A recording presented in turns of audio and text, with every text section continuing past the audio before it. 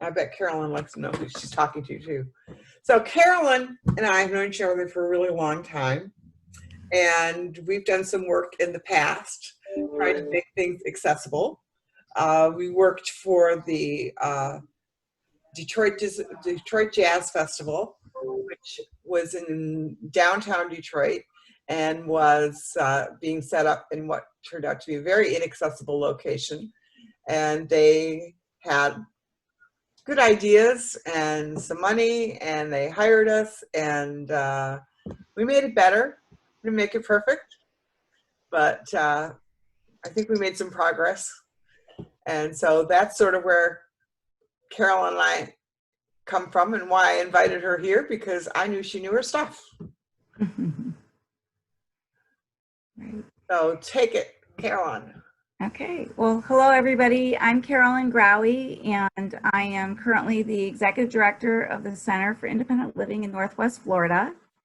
I was previously the Executive Director of the Ann Arbor Center for Independent Living, and I've been a Michigan resident for a very long time, a lot longer than I was working, but I had been doing advocacy work and pieces of this puzzle for, I guess, close to 40 years in and of itself. But my mom and my second grade teacher would tell you that advocacy goes back to when I was 8, where they couldn't keep me quiet when I saw something that was going on, whether it was something related to something for disability or anything else. The advocacy is really in my blood, I guess. So Ms. Hinman, if you're out there somewhere, it's still here. I'm still boisterous, loud, and actively engaged. So while we didn't call it ADD back then or ADHD back then, and I don't technically have that diagnosis that I carry around, I'm still pretty busy in everything that I do. But for everybody else on the call, I happen to be a person who is legally blind. I happen to be a person who has type 1 diabetes. I happen to be a person who uses an insulin pump. I happen to be a person who's had a significant traumatic brain injury. And I am a woman. I identify as she, her, hers. I also I have blonde hair. I wear glasses. If you see me out and about walking around, especially in places I don't know, I'll be using a white cane. I'm never afraid to say when something's going on, and I'm not short of asking questions. So you certainly are all welcome to ask questions. There's a chat box, and Rosetta is going to be trying to follow that chat box and pipe in to interrupt me if there's something specific that I've gone away from that somebody had a question on.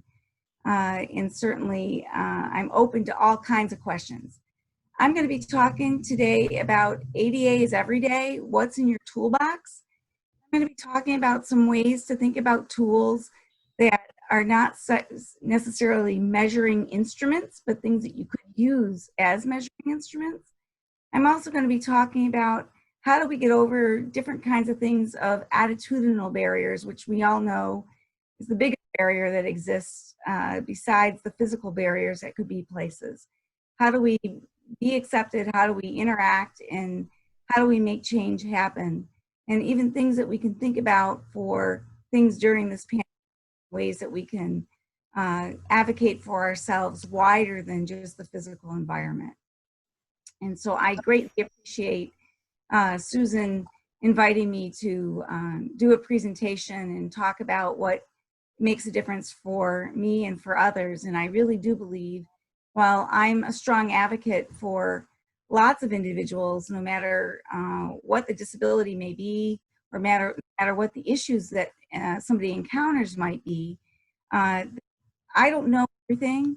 I know a lot and I live a lot, but that each one of us carries a lot of expertise in our tool belt. And we carry a lot of expertise in the way we engage and interact throughout the communities. And I'd love to have input from all of you, because together we make the whole. There isn't any one of us that can be that entirety by ourselves, but that together we can get things accomplished. So as everybody knows, the Americans with Disability Act is now 30 years old. And this is day one of that next decade. So thank you for all of you stepping in and participating to help put things together as we move forward. When I think about the ADA and all of its pieces, I certainly, we know that there's Title I that's on employment, Title II that's for state and local government entities, and a little bit of transportation, and then Title III, which is all the public spaces that we might visit or engage in, and that's the other part of transportation. And then Title IV that looks at communications, and of course right now during this pandemic, we've got all kinds of ways that communications are being impacted. And then Title V, which looks at the miscellaneous aspects and how we can hold people accountable, how we can find out what else is going on that should have been covered that wasn't covered, and how we can do that moving forward. But those are like just the overarching areas of the ADA. Each one of those areas could have weeks of education. So we aren't going to get to all of that in what we're talking about today, but we're going to talk about some of those pieces. So as an example, toolkit piece for Title I is that in your employment, you have the opportunity to have reasonable accommodations be able to be made in order for you to accomplish the essential functions of your position. So for example, today I'm here with you and my accessibility piece that's kind of happening is that I've got a couple people in my court, so to speak. So I've got Susan who knows me, and I've got Rosetta who doesn't really know me, but she's being that chat monitor for me. And of course, we also have sign language interpreting happening. So we've got some different pieces. But for myself as a person with vision impairment, there is no way that I could be reading and following a chat where you all could be putting information in, ask questions, and also be able to have you see me here on the screen. Because if I move towards the screen, if I do it in large print, then all of a sudden I can't be seen and read that at the same time. And so that's really helpful that Rosetta is going to be doing that part of it. For anybody who might have either a hearing impairment or be deaf themselves, and that the sign language interpreting is important for them, that's there. That I don't know, Susan, do we have the closed captioning running? I'm not sure I saw it. Yes, it is. It's automatic. Excellent. If somebody is not seeing closed captioning, then at the bottom of the screen, it says closed captioning, and you should click on it, but it should be automatically there. Excellent. And so that's just another way that we continue to see progress, and the fact that Zoom has made that possible. It's obviously with a lot of technology features that have been added, but that's another piece where we allow individuals to have another way of looking at things. And for somebody who, when we're done with this, would be able to download a transcript, they wouldn't even need to see my smiling face here talking along, but they might be able to take some content and then utilize that for their learning elsewhere. And so those are just some great ways right here, right now. We are providing accommodations in this webinar that we're doing, but also in all the other meetings and web entertainment pieces that Susan is hosting throughout this disability justice for the community. And I think that that's great. In Title II, when you go to any state entity pieces, you're able to ask for accommodation. So you might need large print, or you might need to be able to have them contact you in a certain way for you to make public comment on a meeting. Or you might be able to say that you need some special time arranged, that you want to be able to come and look at a plan in their environment, or have a PDF that you can enlarge on your screen of a plan, because just having the public plans that they're looking at making a change to the bus route or a change to a building that they're going to build, or all those kinds of things, may not be visible for you. And as I said, I kind of have some plants here. I've got Susan Fitzmaurice and I've got Terry Robbins, even though we didn't know that everybody was going to still be on the call. But when we go out and look at plans for a place and what are they going to be doing with that, I need to look at those plans in an enlarged space or way, or I have something that's called a flipper. That's a gizmo that I'm able to use, and when I use it, I can enlarge that plan to really almost like 800 times its size if I need to look at a detail that I can't see on it.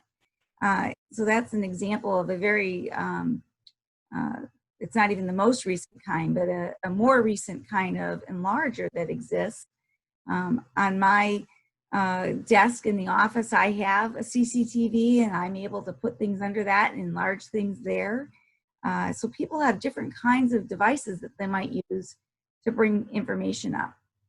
For somebody who might be attending a meeting in person, and they need to look at how are they going to hear that meeting. They might have a hearing aid, but they also might turn on another section of their hearing aid to be able to hear things in a public environment. Or they might wear another item that they can wear around their neck, which would bring the sound closer to them and be able to hear it, as an example. For somebody who has a speech impediment, they might be using a talk device that information could be recorded on, and then when they're ready to speak their part in that meeting, that they can hit play, and that information would be announced out loud for them. A person might be able to have all different kinds of devices or ways that they would go about using information. As far as Title III and that, we've got a lot of information that can be posted by that Title III entity online. Like, where's their accessible entrance? Or what might be the space where they would find the public information center so that they could ask questions or be guided around that organization to be able to find their way. Or there might be pieces for communication as part of Title IV, or not Title IV, excuse me, of the ADA. And with Title IV, we have things like the ability to call and have relay communication, or we'd have information that might be there about how to get information online, or would there be an interpreter present like we have today so that we're able to communicate effectively in what we're doing. And so that those pieces are there. And of course, on ada.gov, any person can write an Americans with Disability Act complaint. If you're going to write a complaint, it's always good to have as much content as you have. If you've got pictures, if you've got documentation, if you have events that were posted or that weren't posted, and you found out that they were there and there was a public event, all those kinds of things are part of ways that you can make sure that you have access and are able to participate. So we've got a whole bunch of those pieces. So for myself, I happen to have, and I'll just hold it up, I have a folded cane. Let's see, there we go. I have a folded cane here, but when I'm out and about, my cane would be open. Well, I happen to know that my cane is 4 feet long. So when my cane is folded into 4 slots, I know that I have 1 foot each. Or if I fold down at 1 slot, then I know when I come to a ramp, it should be 36 inches minimum. If I lay my cane down and the cane doesn't fit inside the ramp, then the ramp wasn't wide enough. If I'm a person who's using a wheelchair, in my wheelchair, most wheelchairs are about 28 to 30 inches wide, and I can't get through, I know that that ramp isn't wide enough, or that the access aisle isn't wide enough, as examples. Or maybe it's the opposite and I can get through and wow, they did that great, and we have spaces that are there. The other piece for measuring, very simply, if you take a piece of ditto paper, just your standard copy paper, is 11.5 inches long. So it's about 1 foot. If you had 3 pieces of paper, that would be about 33 to 36 inches. And if you lay those out, 3 of them, or if you flip 1 piece of paper over and over again, it should fit in that space. It's a good way to know whether something would be accessible or not. Sometimes we want to know how high is something that we need to reach in the restroom. And it's only allowed to be at 48 inches now under the 2010 guideline, or under the old guideline, it could be as high as 54 inches. and its reach range can't be farther either. And so those are other pieces that we're able to measure just with that piece of paper. Just being able to know what might be there. Sometimes there are pieces that we can't get our hand in between the grab bar and the wall, and that's too close. We should be able to reach our hand in between the grab bar to be able to utilize it safely. Those would be examples of things that make a difference. There are lots of ways, though, that we are able to know what's going on. There are devices that you can buy, and you can put it on the edge of a cup so that when you pour water in, it'll beep at you to let you know that there is the rising height of the volume in that cup. You know what? If I said, oh no, they're gonna clean our building outside here while I'm on air, that's terrible. Somebody should go and tell them that they should stop doing their editing and their pieces outside for me right now in our building, because I'm on air live. That would be great. Carolyn, would you like for me to do that? That would be fantastic, Susan. They can go mow someplace else. Got it. I knew that was going to happen right as we're here. Isn't that interesting? But if you put your finger in the cup right at the edge, you pour the water in, while you don't want to burn your finger, it would at least let you know it got wet. That's a way folks like myself who are visually impaired would know when we're reaching the top of the cup, so that we don't have it go too far. That's another example of how do we get along and what kinds of things can we do. For those of us who are visually impaired or who are using mobility devices, asking folks not to put stuff down on the ground and leave it in the middle of the room helps to make the room more accessible to us so that we don't fall over what's in front of us. When we look at different pieces and ways, there's so many accessible devices that we can use. In our center, as an example, I know Susan's now out of the room for the moment. Susan Foster's now out of the room for a moment. While there are a lot of different places where you can buy things, it's really great to have places where you can try things. So our center has something called Try Before You Buy.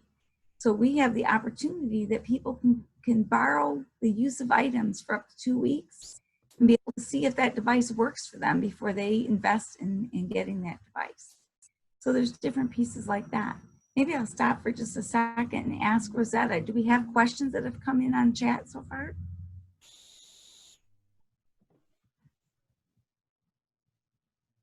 Not hearing from Rosetta, so maybe that's a no. And they have no questions unlisted yet. Okay, great. All right. I wanted you to talk about doorway. So a doorway width, that would be the weight. weight. The pull weight. The pull weight, sorry, yes. So the pull weight, first of all, you can buy fancy devices that are scales that can be used, and you can pull on it. It'll tell you the exact poundage of what that door is. But any shouldn't be more than 5 pounds of pressure. If it's less than that, it's better. And so typically, if you can try to push something open with your finger or pull something open with your finger, it'll be able to tell you if that is not the ideal weight. You can also put a shoestring on something and see if you can pull on the lever and see if it's able to be pulled down to allow you to have access.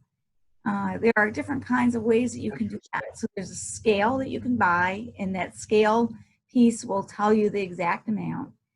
You can get a fish scale, which if any of you have ever been a fisherman or a fisher person before, if you put your weight on the scale hook, you're able to see how heavy something is. Well, you can do that by your finger weight on it too. So if you want to be able to do it, if you can't get in by a simple push on that door or a simple pull on that door, then it's too heavy. So you could let somebody know, and that could be adjusted. And then of course, if the door is too heavy, whether or not you're able to climb to reach the top of the door, somebody else in that organization or in that company may be able to. There's a simple toggle switch up there that, the custodian at their organization or a person who is able to climb on a step ladder would be able to adjust it. And then now all of a sudden that door becomes more accessible because we can all reach it. We'd be able to know that we can make it not be as heavy. We often hear that people think, oh, well, that will take time or that costs money. First of all, it takes almost no time. And second of all, it costs you the big dollar amount, $0 to make that change. Sometimes people find that they get too loose and they tighten them up, or when they're installed, an architect thinks they need to make them tight to make sure they're going to be solid. And certainly we want a door not to fall off, but the new doors all have this gizmo on it. When they're put in there, they're able to be loosened, and somebody can then come and go just like everybody else would be able to, but not be feeling like they got to put their whole body weight into that door to have access. So that's really important.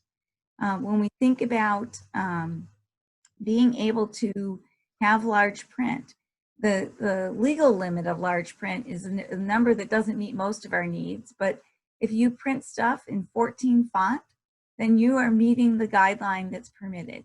And when you do 14 font, that allows individuals to be able to utilize it.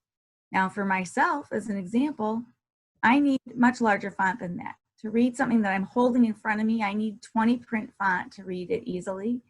And I need to have larger than that. If I was going to be speaking and having a speech in front of me, you know, sometimes like the folks who you see on TV or who might be doing a presentation, they'll have a teleprompter that will be there, or politicians, that was the word I was looking for. Well, for me, I need that even bigger. I need it like, you know, 48 size font, because otherwise I can't see what's coming in front of me. I don't know what's there.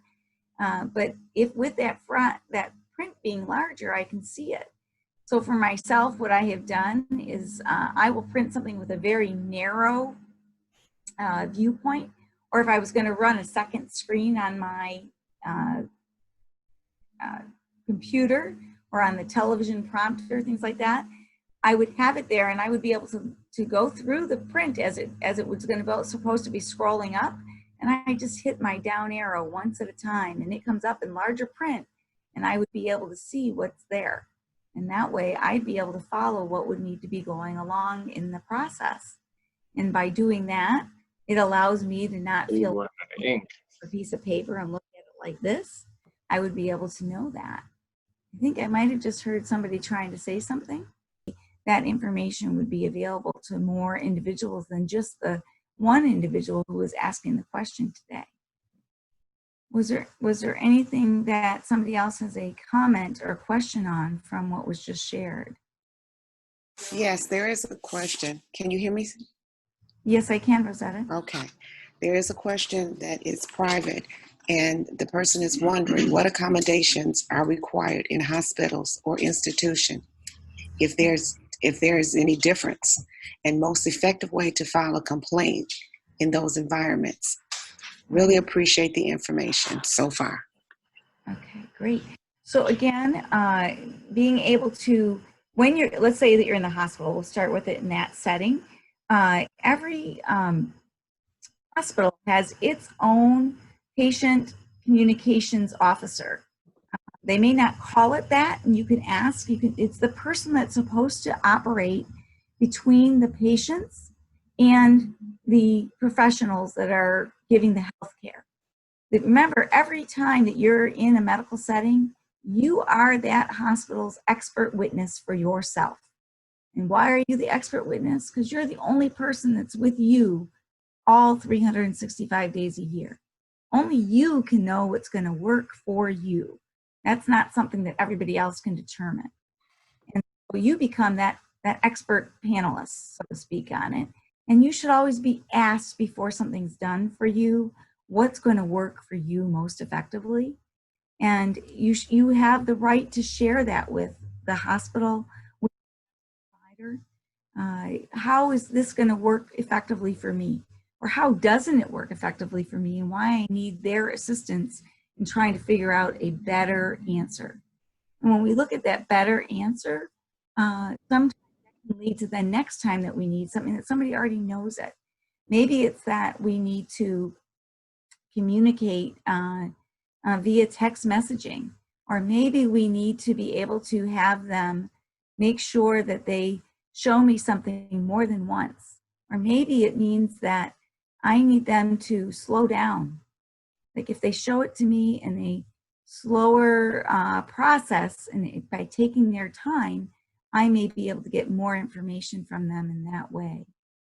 And so when we look at the medical side, maybe they said that I couldn't have I'll just take another view of the medical for a moment. They said I can't have my support network with me.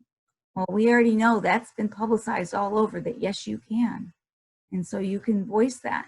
Sometimes you need to be able to let a news radio station or the TV station or a newspaper know that you need that information, that you need supports. So that would be another way that you'd be able to get what you need.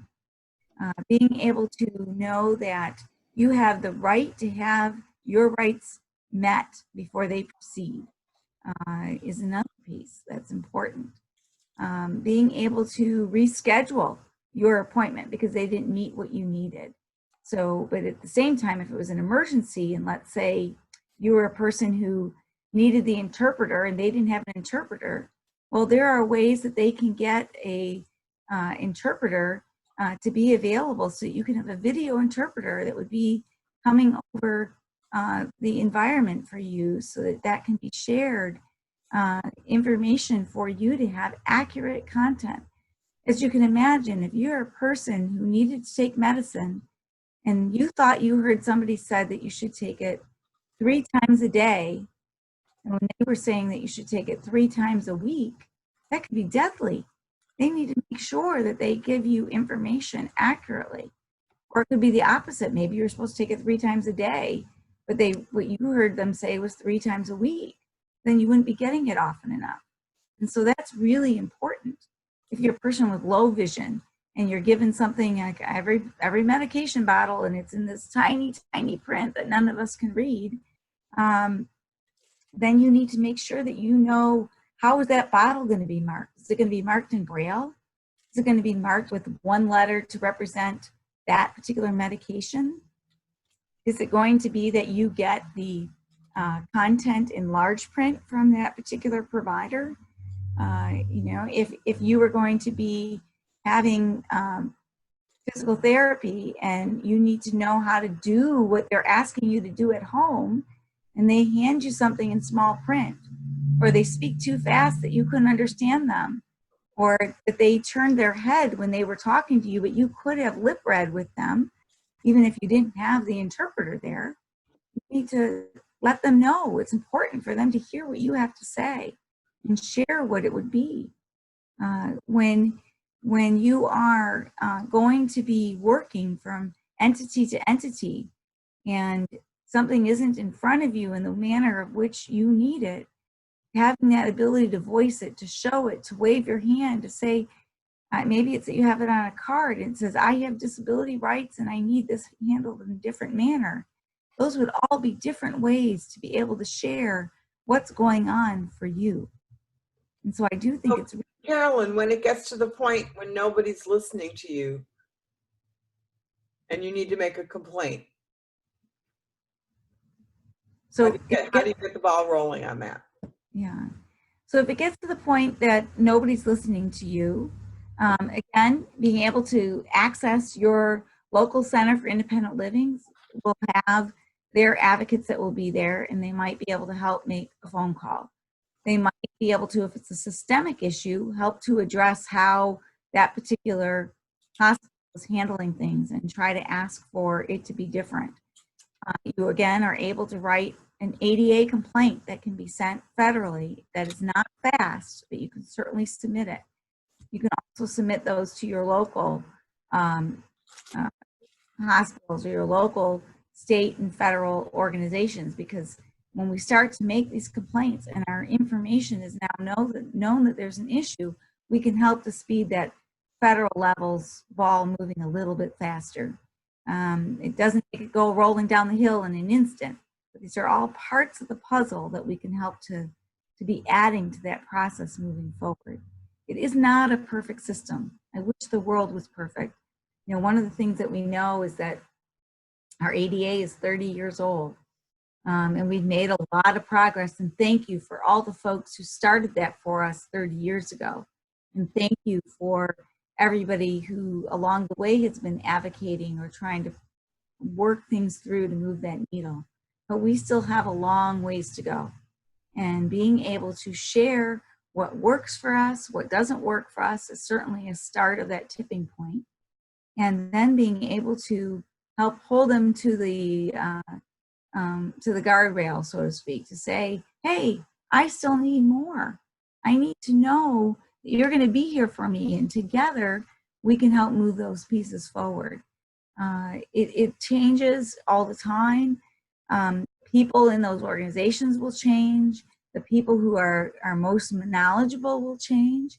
But we can make that difference together. And if we as a community know that there's more than one of us that are experiencing it, it's much easier to make a systemic change in that. And I don't mean easy as in it still goes as a piece of pie and you get to eat it and it's all done. But it's a way that if we can get 5 or 10 of us to have that same complaint, that we can then go forward. If we can have enough systemic examples, not because we want more systemic problems, but there really are lots of systemic examples, we can try to outreach then to an attorney who might pick it up, or the disability rights organization of your region that might pick it up. So every state has a disability rights organization, just to be aware of that. That's something that was mandated. And so you are able to let your local disability rights organization know that something is going on and you need their support. Another way to do it. How do you find the number for the disability rights organization? Again, looking it up on internet or asking your local center for independent living would both be ways to do that. Maybe I'll stop there for a second and see if there are other questions that have popped in on the chat, or somebody who's got. No, not at this time, Carol. At this time? Yes. There is one of the other pieces that I will share with you as we're having this conversation, that there are other avenues that you can make some change. I'll give you an example of one that occurred. First of all, also David had said that it was written in 1990, which is a long time ago. It is. We do have the Americans with Disabilities Amendment Act, which occurred in 2010. Is when that was promulgated. Well, it was promulgated for years, which was why it took so long to have it happen then. And that's one of the things that does happen federally. But you can be in touch with your local offices as well. So your local elected officials, their aides typically will take commentary. So if it's in your local state that you're having an issue with, it's something that's a local process, you can be in touch with your administrators and aides that are in your local state legislator and Senate offices, so your elected officials that are there. I can give you an example from when I was in Michigan, where there was a new part of a bill that was being put into effect, and when it went into effect, all of a sudden a whole bunch of people were being knocked off of benefits because they were trying to work, and there was a piece that was allowing them to go back to work. And the way the bill was happening, there was an automated something in the computers, and a whole bunch of people were getting knocked off of services. Well, we were able to be in touch with our local legislator's aide, and that legislator's aide was then in touch with other legislators' aides who were hearing the similar things that were happening. So then they got in touch, as an example, with a liaison that works with the Department of Health and Human Services in Michigan, as an example, with their local legislators, and they were able to say, here are some cases that we have that are going on. And then those cases were investigated, and then they were able to see how the computer was knocking automatically. So then they were able to make a change in the computer system to help not have that happen, as an example. And again, like about a year later, when they were starting to do all their reviews again, the same thing happened. We were able to make the phone call in and say, hey, it's happening again. And they said, oh no, we're not going to wait for a time period to get these. They went in, they were able to change that computer system again to stop that from happening to so many people.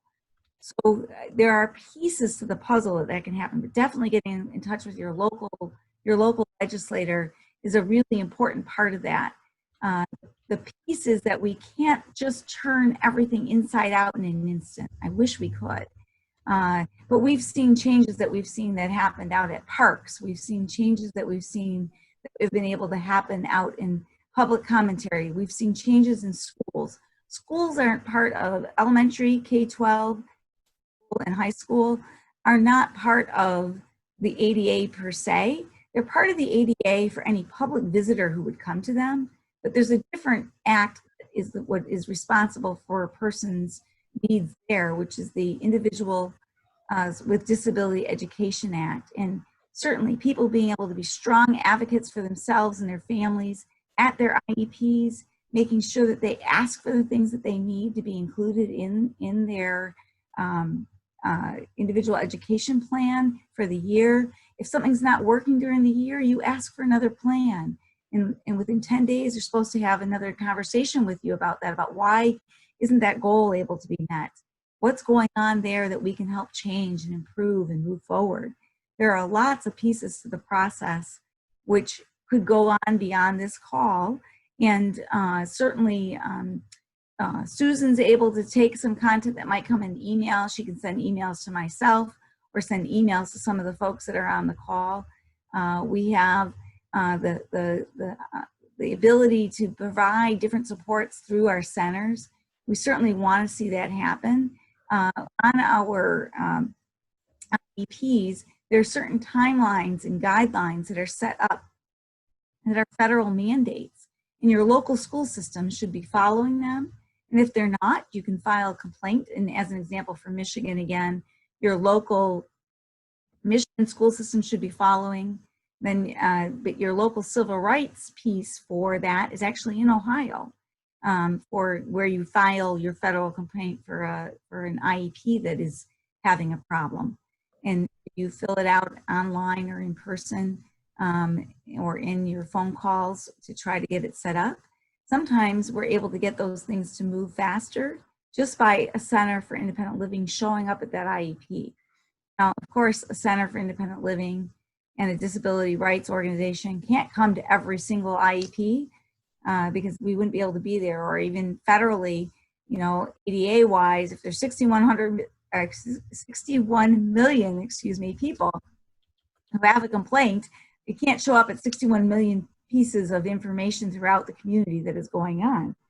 But the idea is, as we start to see patterns, we're able to help make a systemic effort to make those changes take place. I know that we're probably getting close to our time period. Let me just ask again if there's any questions. You've got a great question that's out here, and it's by Sam. He's wondering if you can recommend any books or website to learn more about disability rights and accommodations when new to the disability community.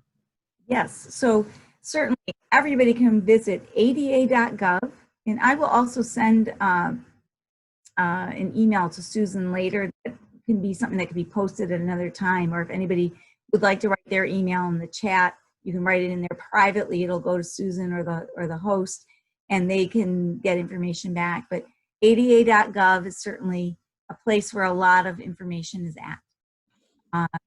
If you were to look up your disability rights organization in your state, so if it's Michigan Disability Rights, you can find out information that way. Florida Disability Rights, New York Disability Rights, all those kinds of states across the nation would have pieces. There are centers for independent living throughout the country. Most major cities have one. In most states, every center or every state has every county covered. So you can find out which center is your center that covers your county. And so that would be a way. For your school systems,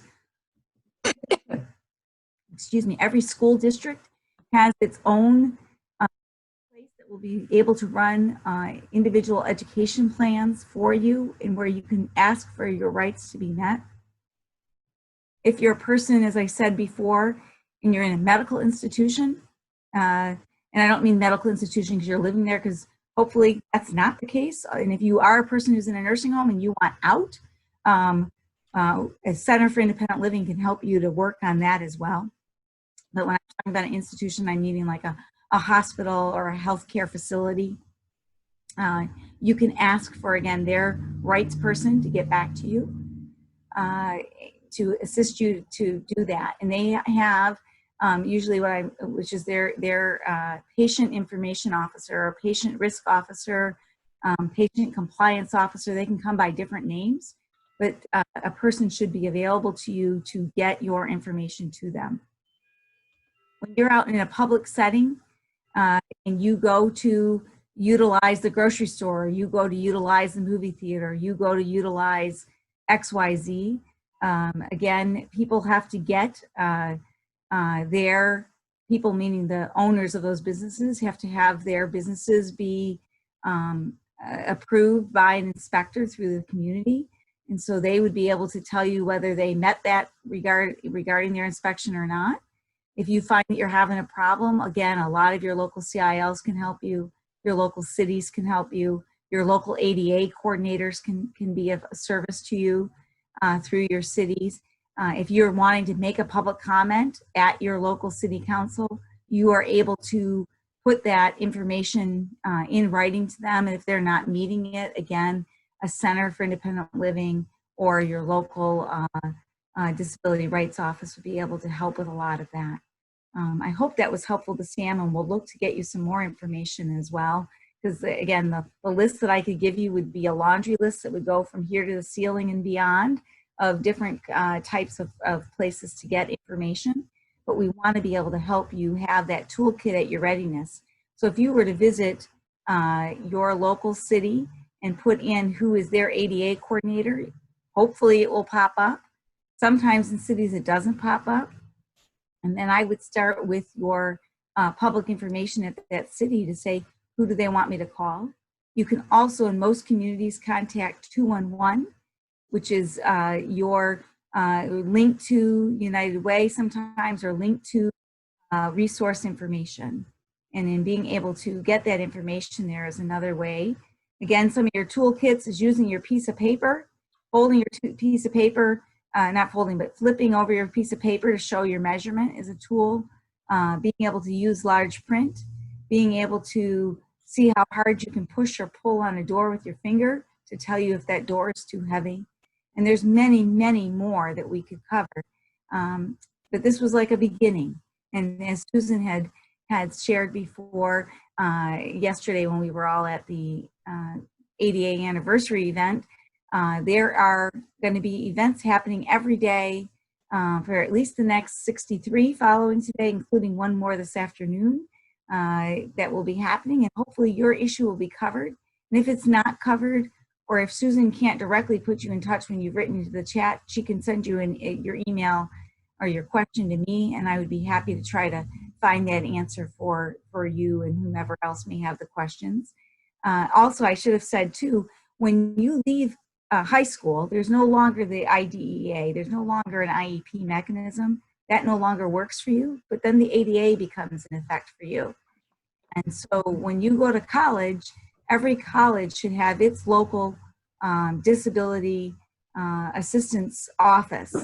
And they go by different names. Sometimes they're a disability resource center. Sometimes they are a student services for disabilities office. They can have different names.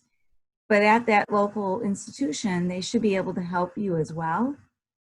And in doing so, that allows you to get your letter or your letter of support saying that you need large print for the classroom, or that you need to have an excuse to be able to have more time on the test, or different things like that. And there are ways that those accommodations make it a level playing field. So again, what was the ADA supposed to do? It's supposed to give us an equality of opportunity to participate. It was supposed to give us access and inclusion. It was supposed to allow us to live independently, and hopefully in the long run, economic self-sufficiency. What I want to remind everybody of is all the people with disabilities throughout the country. We have an enormous number of us, and together we make up a great amount of funding that every employment space or every employer and every business would like their chunk of that change. And they get that chunk of that change when they have us as people with disabilities who are able to participate.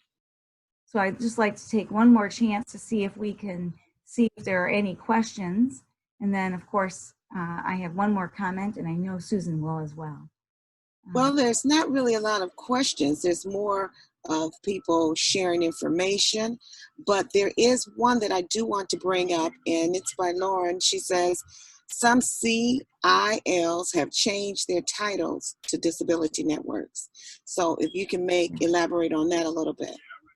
Yes, so yes, that's a very good point. So in Michigan, the Disability Network Michigan is the association that disability offices with CILs belong to. Some places are still called CILs, like the Ann Arbor CIL, but then there's Disability Network Mid-Michigan as an example, who Terry Robbins is a part of, who is on this call. And there are different ones across the state. But when you put in, where's my local Center for Independent Living, no matter where you are in the country, you will be able to get your Center for Independent Living that should come up. So the Disability Network of Detroit, as an example, will come up. The Disability Network that is in mid-Michigan, which is Saginaw and Midland and Bay County up there, that will come up. The Disability Network in Muskegon, the Disability Network that's in the Upper Peninsula, which is Sale, all these different places will come up in their way. Disability organizations, though, for CILs, for centers that are across the country, are listed underneath the federal government and also show up often on the ILRU, which is ILRU is another organization that has a lot of trainings that are at it. So for David's piece about learning and getting in more resources, that was another place that you could get that. Another space is the Job Accommodations Network. So the email, which is askjan.org. So ASKJAN.org. I want to give my own website here. Our website is CILNWF.org. Or if you want to be able to get the website for the ADA disability justice pieces, let me ask Susan to share, Susan Fitzmaurice, to share the website again for disability justice here, when we've got all this stuff going on, where people can find information through that. There are a lot of places that we can share information. And depending on what your particular issue is, it might be that not the ADA, but that another law impacts it. For example, if it's something related to housing, it's the Fair Housing Act. If it's something that's related to travel throughout one of the airlines, it's the Air Carriers Act. So we could be talking, as I said at the beginning, for days and days, and we would love to have more conversations that could come up at another time. I'll just ask if that spawned anything else with Rosetta. We have not. No, everything is cleared. You have answered every concern. Okay, tried to anyway. Maybe not Yeah. perfect, but tried to. You did a great Let me just share myself one more time, and then I'll turn it back over to Susan. Is that I, as a person with disability, benefit from the pieces of all of us banding together with the people who might be using chairs, or the people who might be using hearing aids, or the people who might not have voices to share. When we all band together, no matter what our disability is, we can make a greater impact. And so to me, there's been a lot of movement. We've done a lot with the ADA, but the needle's still like here on one side. It hasn't gone all the way across to do the whole thing.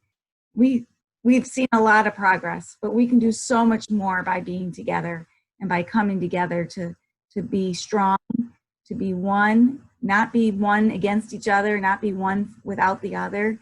Whenever I personally go out and assess a building, or whenever I have seen Terry go out and assess a building, or Susan go out and assess things that Susan's assessed, we all look at it from the global perspective, the looking at it for not just one issue, but for lots of issues. Even when I go and do an IEP that might be someplace, I always bring to the table more than the person that I'm helping in that moment, because I want to make sure that we all get to go do things. My view, not one of us, it's all of us, and we're better together. So thank you so much for joining today. And I'm going to turn it over to Susan so she can close us out. And I look forward to hearing more commentary that may happen through these next 63 days to go.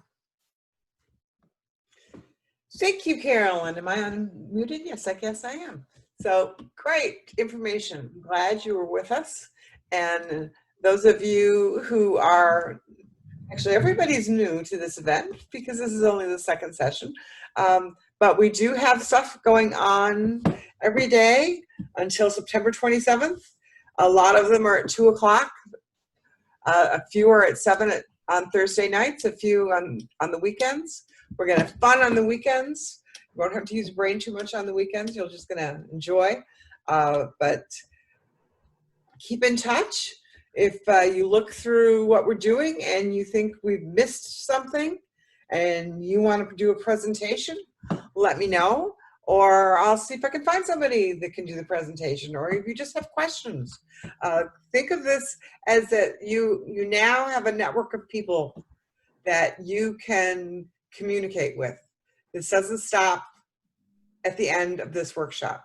This is something that hopefully is going to be something that we have for each other as long as we need it. And remember, if you can't go to all of those sessions, just like if you happen to be a member of Nickel and you can't go to all of those sessions this year, things are being recorded. So the plus minus of COVID is that we're all together better in a different way than we might have been, even though we don't like COVID, even though we don't want to be in this pandemic. The fact that we'll be able to have a space to go and find the recordings for any of the ones that we can't attend is another access mode that has been improved because of our unfortunate circumstances that we're in. Anyway, thanks again for having me, Susan, and thank you everybody for participating. Thank you. Thank you, Carolyn. That was wonderful. Great job.